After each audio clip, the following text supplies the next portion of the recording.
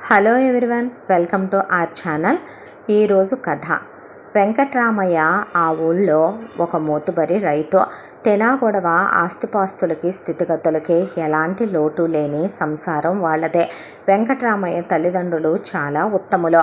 వాళ్ళకి వెంకట్రామయ్య ఒక్కగానొక్క కొడుకు. 50 ఎకరాల పొలం, ఒక మండువాలోగిలి ఇల్లు, పాడి పంట ఉన్న సంసారం. వెంకట్రామయ్య తండ్రి చేసేది వ్యవసాయమే. ఆ తరువాత వెంకట్రామయ్య డిగ్రీ వరకు చదువుకున్నా ఆయనకి వ్యవసాయం అంటే మక్కువతో వ్యవసాయంలోకే దిగిపోయాడు వెంకట్రామయ్య కూడా. వెంకట్రామయ్య వాళ్ళ ఇల్లు చూడడానికి ఎంత బాగుంటుందంటే, ఆ రోజుల్లోనే టేకు దూలాలతో చాలా అందమైనటువంటి కింద పాలరాయి పరిచి చాలా అందంగా కోడి కట్టించారు వెంకట్రామయ్య తల్లిదండ్రులు. 10 తరాలు చెక్కు చెదరకూడదు అని. వాళ్ళ పూర్వీకులు ఎన్నో జ్ఞాపకాలు ఆ ఇంటితో ఆ స్థలాలతో ముడిపడి ఉంటాయి వాళ్ళకే.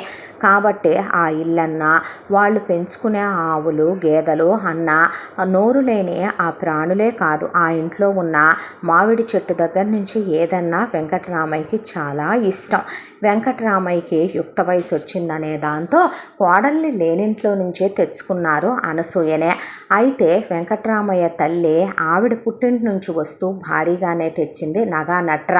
ఎవరున్నారు వాళ్ళకి పెట్టుకోవడానికనే మొత్తం మూట కోడలికే ఇచ్చేశారు. ఇంటి తాళాలు అప్పచెప్పారు, ఇనపెట్ట పెత్తనం అప్పచెప్పారు. ఆ తర్వాత ఉన్న వెండంతా ఇహ నువ్వే చూసుకోమ్మా అనే పెద్దవాళ్ళు ఒక రోజున పడుకున్న వాళ్ళు పడుకున్నట్టే ఆ పరమాత్ముడి సన్నిధానానికి చేరుకున్నారు. ఆ తర్వాత వెంకట్రామయ్యకి అనసూయకి 2 పిల్లలు కలిగారు. 2 మగపిల్లలే. పెద్దవాడు రాజా, రెండోవాడు సురేష్. రాజాకి సురేష్కి వయసులో 5 సంవత్సరాల వరకు గ్యాప్ కూడా ఉంది. వెంకట్రామయ్యకి తన తండ్రి రాజారావు పేరు పెట్టుకున్నాననే దాంతో ఒకటే. ఇంటికి పెద్ద పిల్లాడు, తండ్రి తర్వాత తండ్రి అంతటి వాడనేది ఒకటే. రాజాకి చాలా వినయ విధేయతలు, సంస్కారం, పెద్దల మాట అంటే గౌరవం, గురి ఎక్కువ. ఆ శ్రీరామచంద్రుడిలాగానే ఉంటాడు మనిషే. కాబట్టి పిల్లాడంటే ఎంతో ఇష్టం. అనసూయ పల్లెటూరులో ఉండటానికి ఇష్టపడే మనిషి కాదు. మనిషి ఎక్కడ ఉన్నా కోరికలు ఎప్పుడూ ఆకాశంలో పరుగులు పెడుతూ ఉంటాయి. అత్తగారు ఉన్నప్పుడు పాడిని ఆవిడ దేవతలుగా గోమాతల్ని గేదెల్ని భావించి చేసిన అనసూయకి విసుగులు చిరాకులు. దాంతోనే వెంకట్రామయ్య మంచితనం భార్యని కొట్టే తిట్టే తత్వం కాదు. దాంతో ఆయన ఎక్కడికక్కడ పాలేరులోనే, ఎక్కడికక్కడ ఇంట్లో పని మనుషుల్నే, వంట మనిషితో సహా అందరినీ పెడితే అనసూయ ఒళ్ళు కదలకుండా గంటకో చీర మార్చుకుంటూ అత్తగారిచ్చినటువంటి నగలు తన పుట్టింట గుడిసెల్లో పుట్టి పెరిగింది కాబట్టి, పేదరికం అనుభవించి వచ్చింది కాబట్టి, పచ్చడి మెతుకులు తింద కాబట్టి ఇక్కడ నవకాయ పిండి వంటలు తింటూ, నలుగులు వేయించుకొని పనివాళ్లతో స్నానాలు చేయించుకుంటూ, జుట్టు చెరక్కుండా ఏసీ గదుల్లో కూర్చొని అసలు వంటగదికి వెళ్లకుండా చెమట పట్టకుండా నవకాయ పిండి వంటలు తింటూ, కట్టిన చీర కట్టకుండా వేసిన నగ వేయకుండా ఎదురింటమ్మకి వెనకింటమ్మకి పిలిచి తన గొప్పలు చూపించుకుంటూ తన దర్పాలు గొప్పలు చెప్పుకుంటూ కూర్చునేదే. వెంకట్రామయ్య నవ్వేసి ఆయనవేవి పట్టించుకునేవాడు కాదు. ఆయనకి సంబంధించినంత వరకు మనం ఎంత నీతిగా ఉన్నాం, ఎంత నిజాయితీగా ఉన్నామనేదే ముఖ్యం. ఆయన తల్లిదండ్రులు ఆయనకి చెప్పింది కూడా ధర్మ మార్గంలో ఒక మనిషి వెళ్ళాలి అనే. భార్యకి నోరు కుదరదు.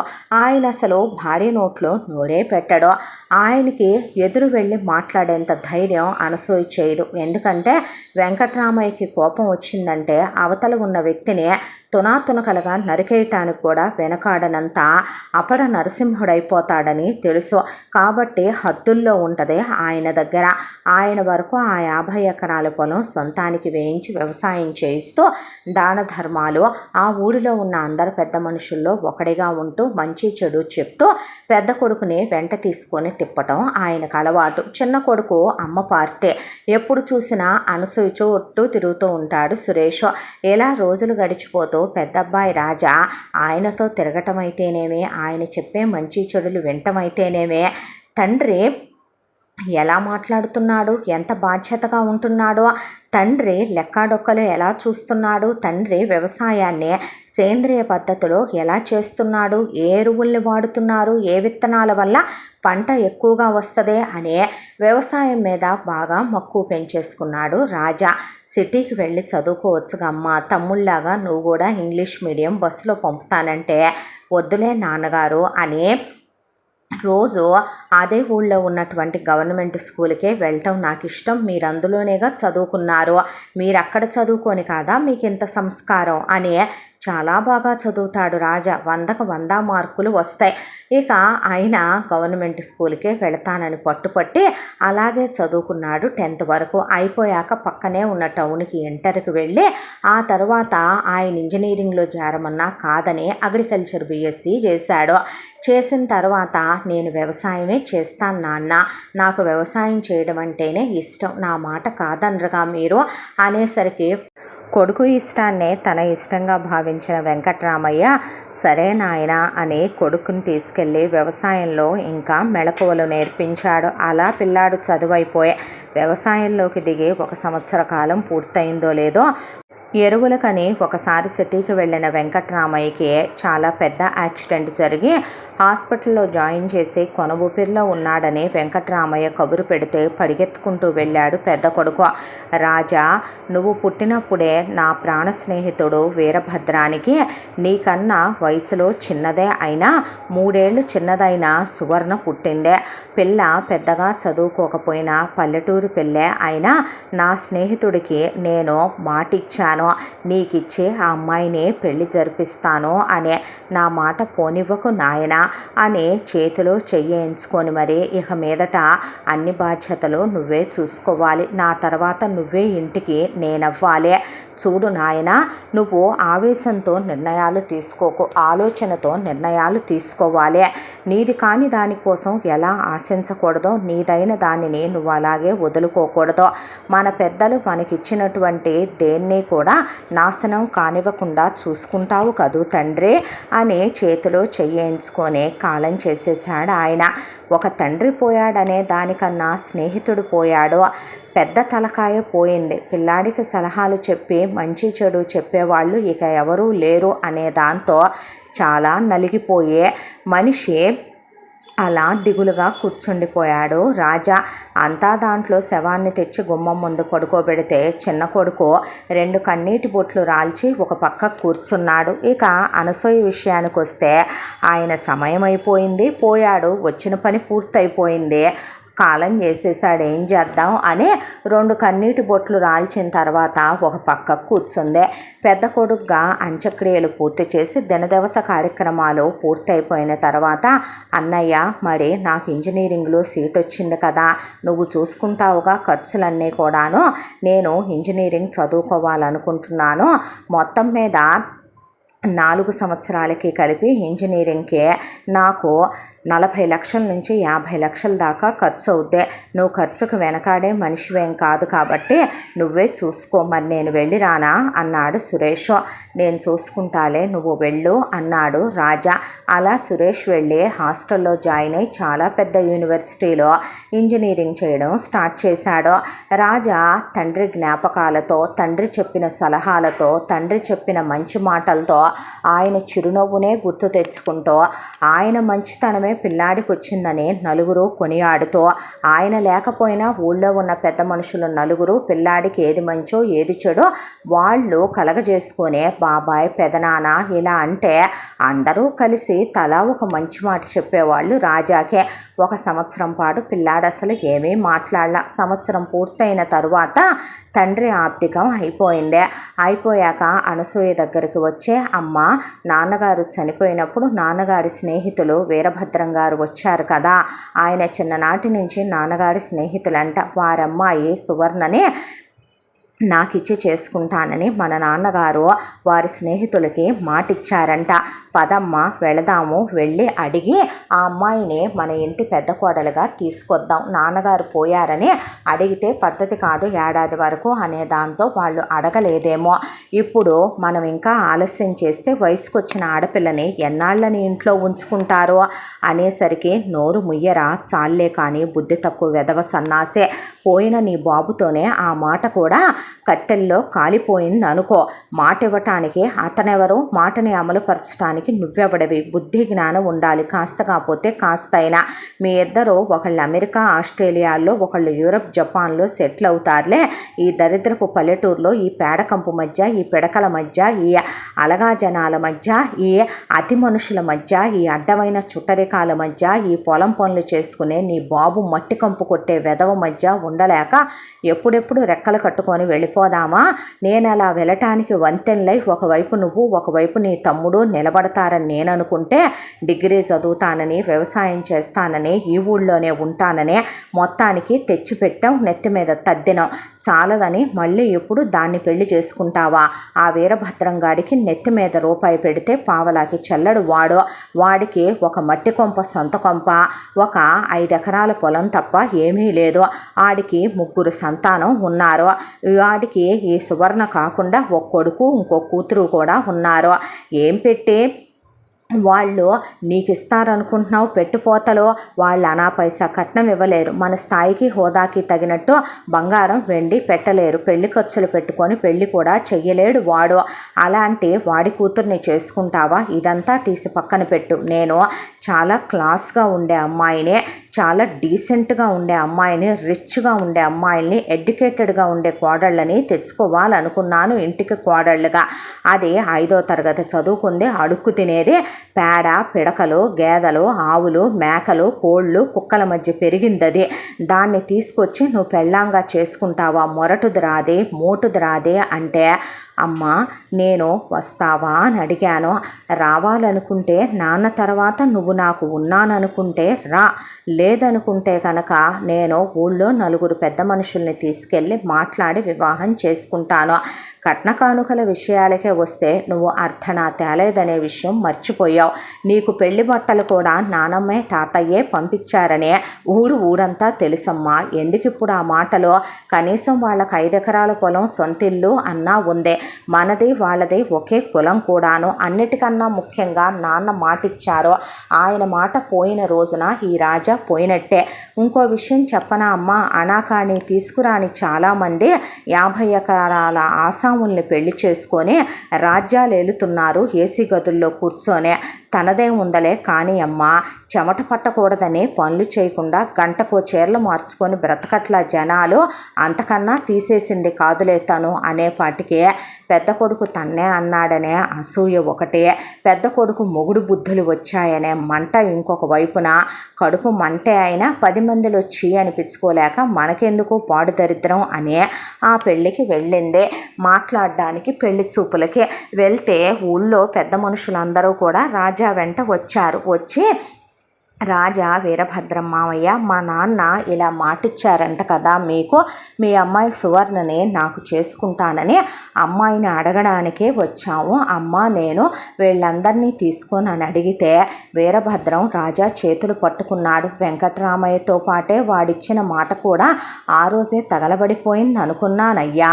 నువ్వు డిగ్రీ చదువుకున్నావు, 50 ఎకరాల్లో సగం నీకు 25 ఎకరాలు రేపు వస్తుంది. మీ ఇల్లు కోట్ల రూపాయల ఖరీదు చేస్తుంది. మీరెక్కడ, మేమెక్కడ? నేనేం కట్న కానుకలు ఇచ్చుకుంటాను నాయన. ఎకరం పొలం 2 ఆడపిల్లలకి చెరొక ఎకరం పెట్టి, మగపిల్లాడికి 2 ఎకరాలు పెట్టి 1 ఎకరం ఉంచుకుందాం అనుకుంటున్నాను నేను. 5వ తరగతే చదువుకున్న ఇదెక్కడా? డిగ్రీ చదివిన నువ్వెక్కడా? సంస్కారం, వినయ విధేయతలు అన్నీ ఉన్న మీకు నా కూతురు ఏ పాటి సరిపాటి నాయనా అని అడిగితే, మనుషుల్ని డబ్బులతో కొలవకూడదు, వాళ్ళకున్న సంస్కారం, విలువలు, మంచితనాలతో కొలవాలి. మీకు ఇష్టమైతే నేను తన వివాహం చేసుకుంటాను, తనకు కూడా నచ్చితే అనేపాటికి అసలు సువర్ణ కొంచెం తల ఎత్తలేదు. వీరభద్రం కన్నీళ్లు అలా కారిపోతే ఆయన భార్య, నీ రుణం తీర్చుకోలేవు నాయన అన్నాక సువర్ణకి రాజాకి సింపుల్గా కాదు, వాళ్ళకి తినా గొడవ రాజా వాళ్ళకి బాగానే ఉంది కాబట్టి గ్రాండ్గానే నిశ్చితార్థం వేడుకలు, ఆ తర్వాత గ్రాండ్గా తనే ఖర్చులన్నీ పెట్టుకుంటానని రాజా పెళ్లి బాగా చేసుకున్నాడు. వీరభద్రం వద్దన్న కూతురు పేరిట ఎకరం పొలం రాసి పత్రాలు కూతురు చేతిలో పెట్టాడు. ఎందుకు ఇవే అంటే, ఏదో నా ముచ్చట కొద్దీ పుట్టింటి పసుపు కుంకంగా ఉండనివ్వు బాబు అని చెప్పారు వాళ్ళు. మనుగుడుకులు అయిపోయినాయి. తమ్ముడి చదువు అయ్యేంత వరకు పిల్లల్ని కనకూడదు అనుకున్నారు. సువర్ణ చాలా మంచి పిల్ల, కల్లా కపటం లేనమ్మాయే. కక్షలు, కార్పణ్యాలు, కుట్రలు, స్వార్థాలు తెలియని పిచ్చి మాలోకం. ఎంతసేపు ఇంటికి వచ్చిందన్న మాటే తప్ప అలా ఒకవైపున గేదెల దగ్గర చాకిరీ చేసుకుంటుంది, ఇంటి పని చేసుద్ది, వంట పని చేసుద్ది. అనసూయ మాత్రం ప్రేమగా చూసుకునే అమ్మేటూ కాలేదు.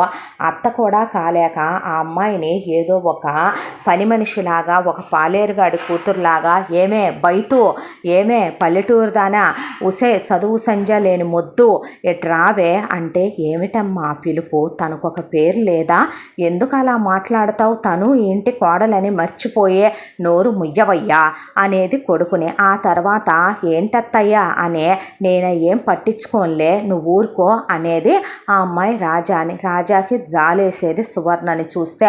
ఒకవైపున మొగుడొక్కడే కష్టపడుతున్నాడని ఆ అమ్మాయి మొగుడి చేత ఇక కాసిన డబ్బులు పెట్టి ఉన్నటువంటి ఆవులు గేదెలకు తోడు ఇంకాసిన మేకలు తీసుకురా పెనిమిటి, మేకల పిల్లలు పెడితే మందవుతాయి, గొర్రెల మందవుతాయి, కోళ్ళు తెచ్చి గుడ్లేసి పొదగేస్తే బోళ్ళు కోళ్ళు అవుతాయి, ఇక్కడ ఒక రొయ్యల చెరువు కొట్టించి ఇక్కడ చేపల చెరువు కొట్టి పిల్లల్ని వేద్దాం పెరుగుతాయి, దాంతోపాటు నేనే చూసుకుంటాను గొడ్లకాడ చాకిరి, మనుషులే వద్దని అందరినీ తీసేసే, ఇంటి పని, వంట పని, గేదెల పని, చుట్టూ కూరగాయ మొక్కలు, ఆకుకూరలు, అసలు పొద్దున్నే చక్కగా చకచకా లేసి ఇల్లంతా చక్క పెట్టుకుంటా బోలెడు పని చేసుద్దే. అలసిపోతున్నావు, పని వాళ్ళను ఉన్నెమ్మని రాజా అన్న ఎంత మాత్రం దానికే అలసిపోయేదే, మరి 50 ఎకరాలు వేస్తున్న ఆసాంవే నువ్వు అలసిపోవట్లే అని మొగుడిని చాలా ఆట పట్టించి ప్రేమగా ఉంటూ సరదాగా ఉండేది. ఆ అమ్మాయికి తెలిసిన ప్రేమ అదే. రాజా కన్నా 2 ఎక్కువ తింటది, చాకిరి 10 ఎక్కువ చేసుద్ది సువర్ణ. రాజా ఆయన కూలీలను పెట్టి వ్యవసాయం చేయిస్తాడు, సువర్ణ ఒంటి చేత్తో మొత్తం చేసుకొస్తుంది. ఉసే ఏమే ఇట్రావే అనే కోడల్ని పిలిచి పొద్దున 4 రకాల టిఫిన్లు, మధ్యాహ్నం ఒక 7-8 రకాల కూరలు, పచ్చళ్ళు, పులుసులతో భోజనాలు, సాయంత్రం 4-5 రకాల స్నాక్స్, మధ్యలో పిండి వంటలు, అవి కాక జ్యూసులు, డ్రై ఫ్రూట్స్, నట్స్, అవి కాక రాత్రి భోజనాలు అన్నీ లిస్టు చెప్పుద్ది అనసూయ.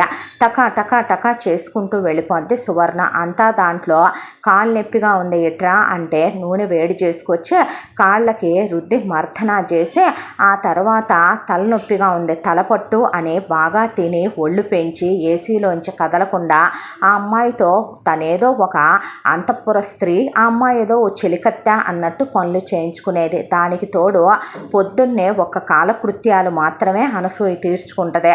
సువర్ణని పిలిచి ముందు ఒళ్ళంతా పాలు రాసిన తర్వాత నలుగు పిండితో నలుగేయించుకొని, ఆ తర్వాత సున్నిపిండితో స్నానాలు చేయించి, ఆ తర్వాత తలకి నూనె మర్దన చేయించి, ఆ తర్వాత సీకాయ కుంకుడుగాయలతో స్నానం చేసి సాంబ్రాణి వేయించుకొని చీర కట్టుకొని అలా కూర్చుంటుంది సెంటు రాసుకొని. మొగుళ్ళు లేడు కదా అని ఇంత పెద్ద నల్లబొట్టు పెట్టుకొని కాటుకలు సోగలు దిద్ది అలా కూర్చుంటుంది. ఎప్పుడు పిలిస్తే అప్పుడు వస్తున్నా అత్తయ్య అనుకుంటూ పరిగెత్తుకుంటూ వచ్చి 5 నిమిషాల్లో కళ్ళ ముందే నుంచుంటుంది సువర్ణ.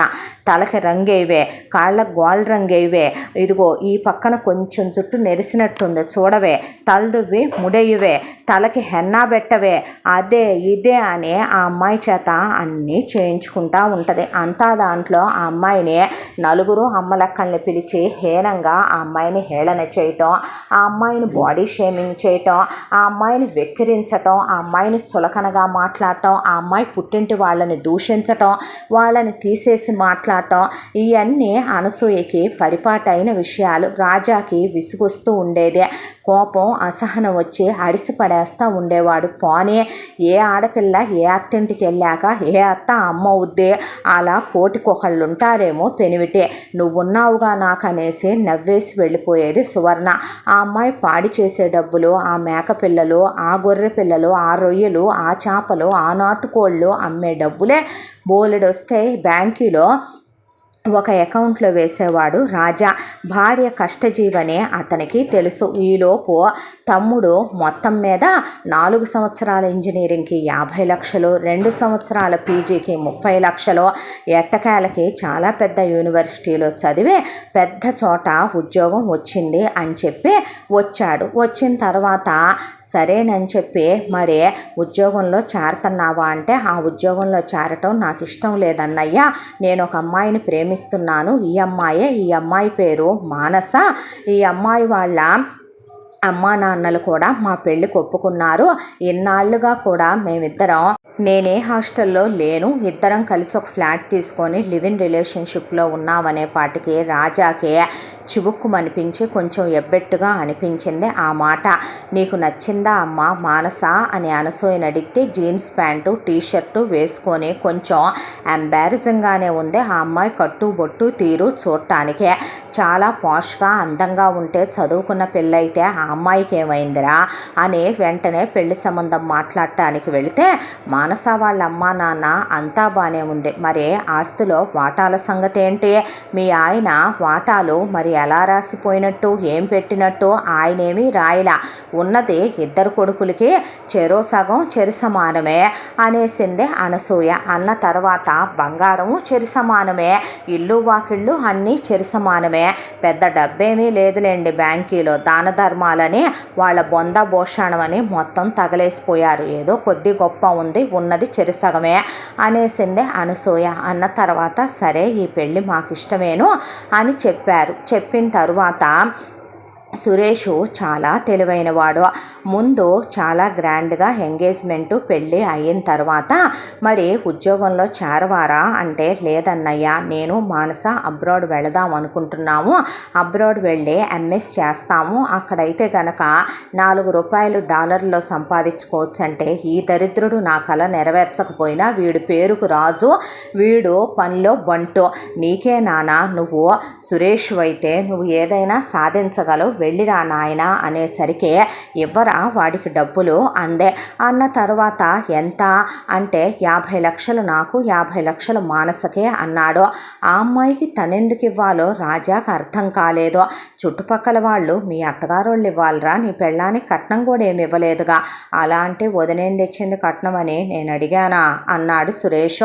అనేసరికి మాటలు ఎందుకని రాజాయే ₹1,00,00,000 సురేష్కి ఇస్తే పెళ్ళాన్ని తీసుకొని వెళ్ళి ఎంఎస్ కంప్లీట్ చేసుకొని ఉద్యోగాలు వచ్చినాయని తిరిగి వచ్చాడు. వచ్చిన తర్వాత అన్నయ్య మరి ఆస్తిలో నా సగం నాకు ఇవ్వాలి కదా, నీ మరదలు ఇంకా మనం ఇక్కడికి రాం కదా, స్టేట్స్లోనే సెటిల్ అయిపోతాం కదా అంటుంది. ఆ 25 ఎకరాలు అమ్మేద్దాం అనుకుంటున్నాను అనేసరికి ఊళ్ళో పెద్ద మనుషులు, ఊరే కాస్తైనా మానవత్వం అనేది ఉండాలి, నీ చదువుకి 80 లక్షలు ఇచ్చాడు వాడు, 20 లక్షల రూపాయలు నీ పెళ్ళికి ఖర్చు అయినాయి, అవి కాకుండా నువ్వు ₹1,00,00,000 ఎత్తుకెళ్ళావు, మళ్ళీ అక్కడికి వెళ్ళాక 50 లక్షలు వేయించుకున్నారు, మీరే పార్ట్ టైం ఉద్యోగాలు చెయ్యలేదు, మళ్ళీ నువ్వు ఎలా అడగగలుగుతున్నావు అంటే, అదేంది అలా మాట్లాడతారో, వాళ్ళిద్దరూ ఒక నాన్నకి పుట్టలేదా, నేను వాళ్ళ నాన్నకు కనలేదా, ఉన్నది మొత్తం చెరిసగం కాదా, చాలే ఊరుకోండనే, పెట్టే పెద్దోడా పద్ధతి కాదు అందే అనసూయ. అనేసరికి ఎటు అమ్మేయాలనుకుంటున్నావు కదరా, నేనే తీసుకుంటానులే అన్నాడు రాజా. అన్న తర్వాత ఇన్ని సంవత్సరాలుగా ఎటు పిల్లల్ని కనలేదు కాబట్టి సువర్ణ పాడి చేసిన డబ్బులు, సువర్ణ వాటిని వీటిని అమ్మిన డబ్బులు, దాంతోపాటు రాజా వ్యవసాయం మీద వచ్చిన ₹4 తన వాటాలోంచి దాచిన డబ్బులు, మామగారిచ్చినటువంటి ఎకరా పొలం సువర్ణ అమ్మేయమందే, దాని మీద కాసిన డబ్బులు బాగానే వచ్చినాయి. ఆ డబ్బులు ఇక వాటాలు వేయించి ముందు అనసూయని బంగారం కూడా ఇచ్చేయండి అత్తమ్మ ఎవరిది వాళ్ళకి అంది మానస. అనేసరికి చేత్తో ఇవ్వటం మొదలుపెట్టింది సువర్ణ. ఏది 2 గ్రాములు 3 గ్రాములు ఉంగరాలు సువర్ణకే బాగా మందంగా ఉన్నాయి, మానసకి అలా ఎందుకమ్మా, ఆగు కంసాలిని పిలిపిద్దామని మొత్తం బంగారం కరగేయించేసి 2 బిస్కెట్లుగా చేయించేశాడు రాజా. తన సొమ్ము తను వదులుకోవద్దనేగా, తండ్రి తన హక్కుని వదులుకోవద్దనేగా చెప్పాడు. వెండి కూడా సమానంగా తీసుకుంటే సువర్ణకు కూడా బాగానే వచ్చి ఓ 25 తులాలు తన ఒంటి మీద ఉంచుకొని ఇది నాది అందే అనసూయ.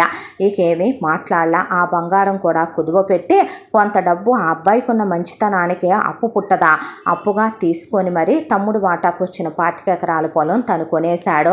మరి ఇంట్లో వాటా కూడా మాకుంది కదండి అంది మానస. చూడమ్మా, ఉన్నది మొత్తం ఇప్పుడు చెరుసగం వాటాల కింద పంచాం. ఉన్న 4 ల్యాండుల్లో 2 మీరు తీసుకున్నారు, 2 మేము తీసుకున్నాం. ఉన్న పొలం మీది ఇప్పుడు నేను కొన్నాను, అప్పులో ఉన్నాను.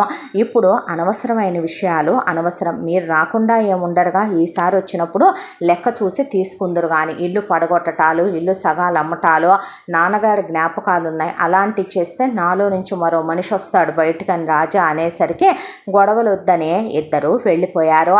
వెళ్ళిపోయిన తర్వాత ఇక రాజా సువర్ణ ఆ అప్పులు తీరేంత వరకు తిరిగి మళ్ళీ మొత్తం మనం ఒడ్డున పడే వరకు పిల్లల్ని ఇంకొన్నాళ్ళు ఆపుకుందామని పాపం వాళ్ళిద్దరూ కష్టపడటం మొదలు పెడితే అనసూయ అమెరికాకి కోడలికి వీడియో కాల్ చేసి ఫోన్ ఎత్తమ్మా అని కొడుకుతో ఇక్కడ ఉండలేకపోతున్నాను, అసలు ఇదేమో పల్లెటూరి బయటు, వీడు చూస్తేనేమో ఏందో వీడేందో, వీడి పెత్తనం ఏందో, నా మీద వీడి దాష్టికం ఏంటో, అసలు నేను ఇక్కడ ఉండాలనుకోలేదు, నేను విదేశాల్లో బ్రతకాలనుకున్నాను.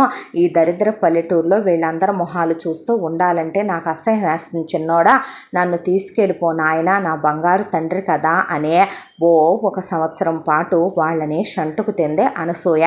దాంతో ఒక రోజున సురేష్ రాజాకి ఫోన్ చేశాడు. అమ్మ మీ దగ్గర ఉండలేకపోతుందంట అన్నయ్య అంటే, ఏరా అమ్మ చెప్పిందా అంటే, అవును అమ్మే చెప్పింది. దేనికి ఏమో, ఎంతైనా వదిన పల్లెటూరు బయతుది కదా, వదిన నా భార్యలా చదువుకుంది కాదు కదా, ఏమో వదిన మొరటుగా ప్రవర్తిస్తుందంట, వదిన వండే తిండి కానీ చూసేది కానీ చేసేది కానీ అమ్మకు నచ్చట్లేదంట. ఒరే, తను మీ వదినని నా భార్యని మర్చిపోయి మాట్లాడకే అనేసరికి, అదేలే నీ పెళ్ళామంటే నీకు ఇష్టం ఉండటం సహజం, కానీ అమ్మ మాత్రం అక్కడ ఉండాలనుకోవటం లేదు, నువ్వు తన్ని సరిగ్గా చూడట్లేదని, నువ్వు తన్ని కించపరుస్తున్నావని, నీకు పెళ్ళామంటే ప్రేమని తన్ని అవమానం చేస్తున్నావని ఆవిడ బాధపడుతుంది. నేను టికెట్ పంపించాను, అమ్మను పంపించే, ఇక మీదట నేనే ఉంచుకుంటానన్నాడు సురేష్. దాంతో సరే అని తల్లి దగ్గరికి వెళ్ళి, అమ్మ నేను నిన్ను బాగా చూడట్లేదా, ఏదో చూస్తున్నావులే, నీకు నీ పెళ్ళాం మీద ఉన్నంత ప్రేమ నా మీద ఎందుకుందే, పెళ్ళాము బెల్లం, అమ్మ అల్లం అయిపోయింది, అడ్డాల నాడు బిడ్డలు కానీ గడ్డాలు వచ్చాక బిడ్డలు కాదు కదా, అయినా నేను ఈ పల్లెటూరులో ఉండాలనుకోవట్లేదు, నేను వాడి దగ్గరికి విదేశాలకు వెళ్ళి అక్కడ లగ్జరీగా బ్రతకాలనుకుంటున్నాను, ఎటు నువ్వేమీ నాకు ప్రతి నెల డబ్బులు పంపవు కాబట్టి ఈ 25 తులాల బంగారం చిన్నోడి దగ్గర నుండి నేను చిన్నోడికే ఇచ్చేసుకుంటాను అని వెళ్ళేటప్పుడు ఒక లిస్టు తయారు చేసి సువర్ణకి ఇచ్చింది అన్నీ వండమని. ఎందుకో అనవసరమైనవి అన్నాడు రాజా. పోనీలే అని 10 బాక్సులకి ఆ అమ్మాయి అన్నీ వండి ఇచ్చింది. అవన్నీ తీసుకొని బట్టలవి కొనిచ్చుకొని తన బంగారం తీసుకొని చిన్న కొడుకు దగ్గరికి వెళ్ళిపోయింది అనసూయ. నేనంటే నచ్చకే కదూ అత్తమ్మ వెళ్ళిపోయింది అని సువర్ణ అంటే, పనికొచ్చే మాటలు మాట్లాడుకుందామా మనిద్దరం వర్ణ, ఇప్పుడు వీటి వల్ల మనకేమన్నా ఉపయోగం ఉందా, ఆవిడకి నచ్చలేదు, నచ్చిన చోటుకి వెళ్ళిపోయింది, ఇప్పుడు మనమేమైనా ఆవిడని కొట్టామా, తిట్టామా, వెళ్ళగొట్టామా, ఏ వృద్ధాశ్రమాల్లోనో వేసామా, లేదు కదా, ఎవడి కర్మ ప్రారంభం ఎలా రాసుంటే అలా జరుగుద్ది, మన పనులు మనం చూసుకుందామా, పిల్లల గురించి ఆలోచించాలంటే ముందు అప్పులు తీరాలేమో, మనకి ఓ బ్రతుకుంది కదూ అనేసి వెళ్ళిపోయాడు రాజా. ఇలా 5 సంవత్సరాల కాలం గడిచిపోయింది. ఈ 5 ఏళ్లలో రాజా వాళ్ళ అప్పులన్నీ తీరిపోయి సువర్ణ బంగారం విడిపించుకొచ్చి ఇచ్చి, ఆ తర్వాత మామగారు పెట్టిన ఎకరం పొలం కింద సువర్ణ పేరిట బ్యాంకులో డబ్బులు వేసి, ఆ తర్వాత తనే తన బావుమరిదిని చదివించటానికని కాలేజీలో చేర్చి తన మరదలకు పెళ్లి కూడా చేశాడు రాజా. సువర్ణకి 2 పిల్లలు కూడా పుట్టారు, పాప బాబు. ఆ తర్వాత ఒకరోజు తెల్లవారుచావున తలుపులు మోగుతుంటే ఏంటా అని వెళ్ళి తలుపు తెరిచాడు. తలుపు తెరిచేసరికి ఎదురుగా పోలీసులు. సువర్ణ ఉలిక్కి పడిందే. రాజా ఏమిటండి అని అడిగితే, ఈవిడ మీ అమ్మగారేనా అని అనసూయని చూపించారు పోలీసులు. అవును, ఏం జరిగింది అన్నాడు రాజా. అనేసరికి ఎయిర్పోర్ట్లో పిచ్చి చూపులు చూస్తుంటే దగ్గరికి వెళ్ళి అడిగాము, మమ్మల్ని పట్టుకొని ఏడ్చేశారు. ఆవిడకి అప్పటికి 2 రోజుల నుంచి తిండి కూడా లేదనుకుంటాను, మనిషికి మేమే తిండి పెట్టించాం, మీ అడ్రస్ చెప్తే వెతుక్కుంటూ వచ్చేసరికి 2 రోజులు పట్టింది, మీ అమ్మగారిని మీకు అప్పచెప్పాం, జాగ్రత్తగా చూసుకోండి, ఆవిడ అక్కడి నుంచి ఒక ఇష్యూతో వచ్చారు అబ్రాడ్ నుంచే అని చెప్పి ఆవిడే మిగతా విషయాలు చెప్తారు, మేము వెళ్తామని. వాళ్ళు వెళ్ళిపోతే థ్యాంక్ యూ అన్నాడు రాజా. వెళ్ళిన తర్వాత ఆకలవుతుందే, ఏమైనా పెట్టవా అని అడిగింది సువర్ణని. అప్పుడే ఇడ్లీ ఎక్కిచ్చాను అత్తయ్య వాయా అని ఆ అమ్మాయి అలా 16 ఇడ్లీ పెడితే చాలలేదని ఇంకో 16 ఇడ్లీలు తినేసిందే. చెంబుడు కాఫీ తాగిందే. వేడినీళ్ళ స్నానం చేసి వచ్చి అలా కూర్చున్న అనసూయ అవతారాన్ని అప్పుడు చూశాడు రాజా. చిరిగిపోయిన చీరలో. ఆ తర్వాత మనిషి జుట్టు పిరుదుల కిందకి ఉండేదే అనసూయదే. అసలు ఒక్క వెంట్రుక తెల్లబడినిచ్చేది కాదు. అలాంటిది కుత్తికలోకి కట్ చేసినటువంటి వెంట్రుకలు బోడికి రాఫేసి తెల్లగా ఉన్నాయి ఆ వెంట్రుకలు. మనిషి మొహమంతా పాలిపోయి కాళ్ళు అవుడు కూడా పడుతున్నాయి. మనిషి బుగ్గలు ఇంత లోతులకు పోయి కనుగుంట్లో విడిచి చూడటానికి అచ్చం ముష్టోళ్ళు అడుక్కు తినేవాళ్ళు ఎలా ఉంటారో అలా ఉంది. ఏమైందమ్మా అని అడిగాడు రాజా. పెద్ద కొడుకు కాళ్ళు పట్టుకొని పెద్దగా ఏడిసి, ఏమైందని అడుగుతావేంటి నాయన, నీకేమని చెప్పనో, ఆ దుష్టుడు నన్ను రమ్మనమన్నాడు కదా ప్రేమతోనేమోనని చెప్పి అందని వాటికి నిచ్చెనలు వేసుకుంటూ నేనే ఆకాశానికి అందని ద్రాక్ష పుల్లనని ఎరక్క వెళ్ళానయ్యా ఆకాశానికి నిచ్చెనలు వేసి. వెళ్ళాక 1 నెల రోజులు బాగానే నటించారా, బాగానే వండి పెట్టే బాగానే చూశారు. ఆ తర్వాత ఆ నెల రోజులు తిప్పి అవిని ఇవని చూపించుకొచ్చారు. మెల్లమెల్లగా ఆ తర్వాత ఇంట్లో మిషన్లు వాడటం నేర్చుకోండి అత్తయ్య అందే. అదే అంటే దేనికి అన్నాను నేను. అన్న తర్వాత ఎప్పుడైనా మేము ఆఫీస్ పని మీద వేరే ఊరు వెళ్ళినా లేదంటే కనుక మా ఒంట్లో బాగోపోయినా మీ పని మీరు చేసుకోవాలిగా అత్తయ్య అని అది ముందు మిషన్లన్నీ వాడటం నేర్పించింది. ఆ తర్వాత గార్డెన్ వర్క్ నేర్పింది. ఆ తర్వాత బాత్రూములు కడగటం దగ్గర నుంచి డస్టింగుల దాకా అన్నీ నేర్పి అత్తయ్య వంట చేసి పెట్టరా, మీ అబ్బాయికి ఇదంటే ఇష్టం, మీ చేత్తో తింటాడంట అని నన్ను మెల్లిగా ఇంటి పనికి వంట పనికి పరిమితం చేసేసి ఆ తర్వాత మెళ్ళో బంగారం ఉండకూడదు, ఇక్కడ దొంగల భయం ఎక్కువ, మేము ఆఫీస్కి వెళతాము, నేను జాగ్రత్త చేస్తానని మొత్తం తీసేసుకుందే. తీసుకొని ఈ ముక్కు పొడకు ఒకటి, ఈ చెవులకి ఉన్న 1 గ్రాము చెవిదిద్దులు ఒకటి వదిలేసి ఇక నన్ను ఇలా ఉంచిందే. ఆ జుట్టు ఏంటి, నీ అవతారం ఏంటమ్మా అని అడిగాడు రాజా. ఆ మాటకి నా తలకి షాంపూలు కండిషనర్లు నా తలకి నూనె ఖర్చు అవుతున్నాయంట, కాబట్టి అదే నా జుట్టు నిద్రపోయేటప్పుడు కట్ చేసేసింది, తలకి రంగు ఒకటి మళ్ళీ అని చెప్పి నన్ను నానా మాటలు అంటూ ఈలోపు అది ప్రెగ్నెంట్ అయ్యిందే. అది ప్రెగ్నెంట్ అవటమేమో కానీ నాకు నరకం చూపించిందే. 2 కంది, కూతుర్ని కొడుకుని. వెళ్ళిన కొత్తల్లో ఓసారి నువ్వు ఫోన్ చేస్తే బాగా పొగరు పట్టి తల కొవ్వెక్కి నేను నీతో మాట్లాడినన్నమాట నిజమే నాయన. ఆ మాటనే మనసులో పెట్టుకొని నువ్వు 2-3 నెలలకోసారి ఫోన్ చేసి అమ్మ ఎలా ఉంది అన్నా, అమ్మ నీతో మాట్లాడినంటుంది, నీ మొహం చూడనంటుందని సురేష్ గారు నీకు ఇన్ని సంవత్సరాలుగా అబద్ధాలు చెప్పుకొచ్చాడు. ఆ మానస దానమ్మ నాన్నల్ని అక్కడే పిలిపించింది. సంవత్సరం ఉండి వాళ్ళు చుక్కలు చూపించి వెళ్ళారు. దాని చెల్లెలు, తమ్ముడు, చుట్టాలు, బంధువులు అందరికీ టికెట్లు వేయించి పిలిపించి అమెరికాలు చూపించి పంపించి వాళ్ళందరికీ వండి వడ్డంలు చేసేపాటికి నా పని అయిపోయింది. ఆ పిల్లలకి ముడ్లు మూతులు కడిగి ఇక నా ఒంట్లో ఓపిక లేక ఒక రోజున ఎముకలన్నీ అరిగిపోయే మనిషిని లంకణాలు చేసి మంచాన పడ్డ హాస్పిటల్లో చూపించి ఒక ట్యాబ్లెట్ కూడా ఇప్పించలేదురా నన్ను. అందరికీ వాడు మెయిడ్ అని చెప్పాడు సురేష్ గారు. అదైతే ఇండియా నుంచి పని మనిషిని పిలిపించామని చెప్పిందే. అమ్మ అత్తగారని చెప్పుకోవటానికి కూడా నామూషి పడ్డారయ్యా. తర్వాత ఇక నా వల్ల కాదని, నేను చేయలేకపోతున్నానని, ఈ నరకం నేను భరించలేనని నేను అనేసరికి ఇక నా వల్ల కొట్టినా తిట్టినా నేను చాకిరీ చేయలేకపోయాను. వాడు చేసుకున్నాడు, అది చేసుకుందే. ఇక నా వల్ల ఎటు తేలేలా లేదు. ఇంకెందుకు, నేనున్న తిండి ఖర్చు దండగా అనుకొని నేను ఇండియా వెళ్ళిపోతాను, నన్ను పంపించేయండి, లేదంటే వీధులకు ఎక్కుతానని నేను రచ్చ చేసేసరికి నన్ను ఎయిర్పోర్ట్ తీసుకొచ్చి ఫ్లైట్ ఎక్కిస్తే పెద్దోడికి ఫోన్ చేసావురా అని అడిగాను చిన్నోడినే. చేస్తాలే నువ్వు వెళ్ళేసరికని నన్ను ఎక్కించి వెళ్ళిపోయాడు. చేతికి రూపాయి కూడా ఇవ్వలేదయ్యా. తర్వాత ఎయిర్పోర్ట్లో దిగి పిచ్చిదానిలాగా మొత్తం ఎత్తుక్కున్నా. ఆడు ఫోన్ చేసి ఉంటే నువ్వు వచ్చేవాడివని నాకు తెలుసు. వాడు కావాలని చేయలేదని, వాడి పెళ్ళాం చేయనివ్వలేదని తెలిసి అలా కూర్చొని అక్కడ మంచినీళ్ళు తాగి బిత్తర చూపులు చూస్తుంటే అక్కడ ఎయిర్పోర్ట్లో ఉన్న ఎవరో ఒక అమ్మాయి పోలీసులకి చెప్తే వాళ్ళు వచ్చి అడిగారు. సిగ్గే ఉంది, జరిగిందంతా వాళ్ళకి చెప్పాను. ఆ తరువాత మన ఊరు వెతుక్కుంటూ వచ్చి నన్ను తీసుకొచ్చారయ్యా. నన్ను క్షమించరా. నీ విలువ తెలుసుకోలేకపోయాను. పెద్ద కోడలు విలువ అర్థం చేసుకోలేకపోయాను.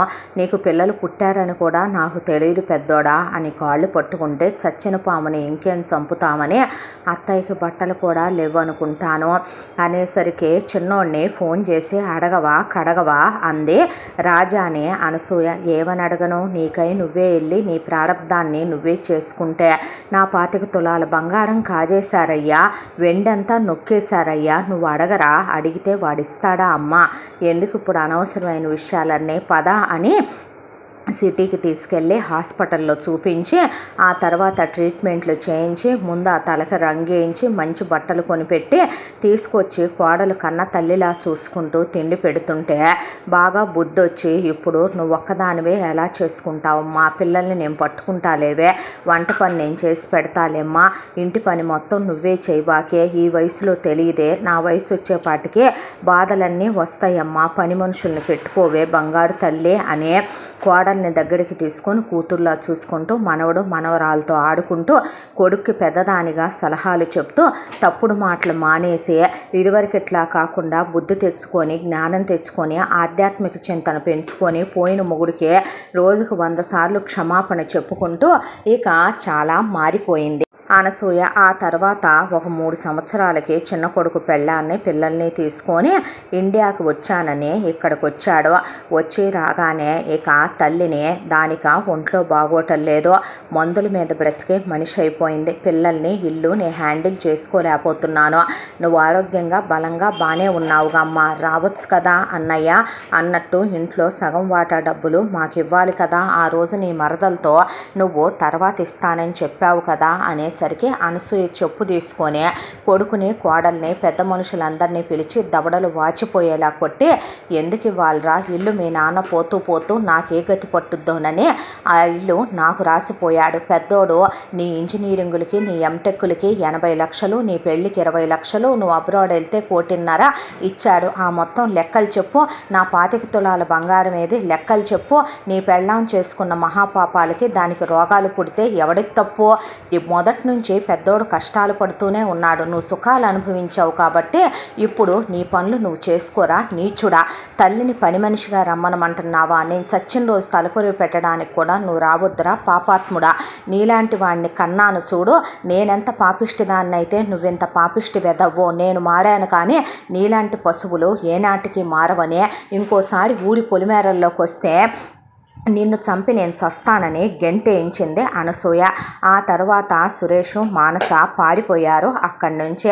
అనసూయ తన కొడుకు కోడలతో మనవళ్ళు మనవరాళ్ళతో శేష జీవితాన్ని ప్రశాంతంగా బుద్ధిగా మంచిగా గడుపుతూ ఆవిడ జీవితం ఆనందమయంగా అలా వాళ్ళ ఫ్యామిలీ ప్రశాంతంగా సాగిపోయింది. ఇంతటితో ఈ కథ పూర్తి. మళ్ళీ మరో మంచి కథతో కలుసుకుందాం. ఇంత మంచి కథను మనకు అందించిన కథా రచయిత్రి సాయి లలిత గారు. రచయిత్రికి ధన్యవాదాలు తెలియజేస్తూ మన ఛానల్ని తప్పకుండా లైక్ చేయండి, షేర్ చేయండి, సబ్స్క్రైబ్ చేయండి, బెల్ ఐకాన్ క్లిక్ చేసి ఆల్ అనే బటన్ని ప్రెస్ చేయడం మర్చిపోకండి. మరో మంచి కథతో మీ ముందుకు వస్తాను. Thank you.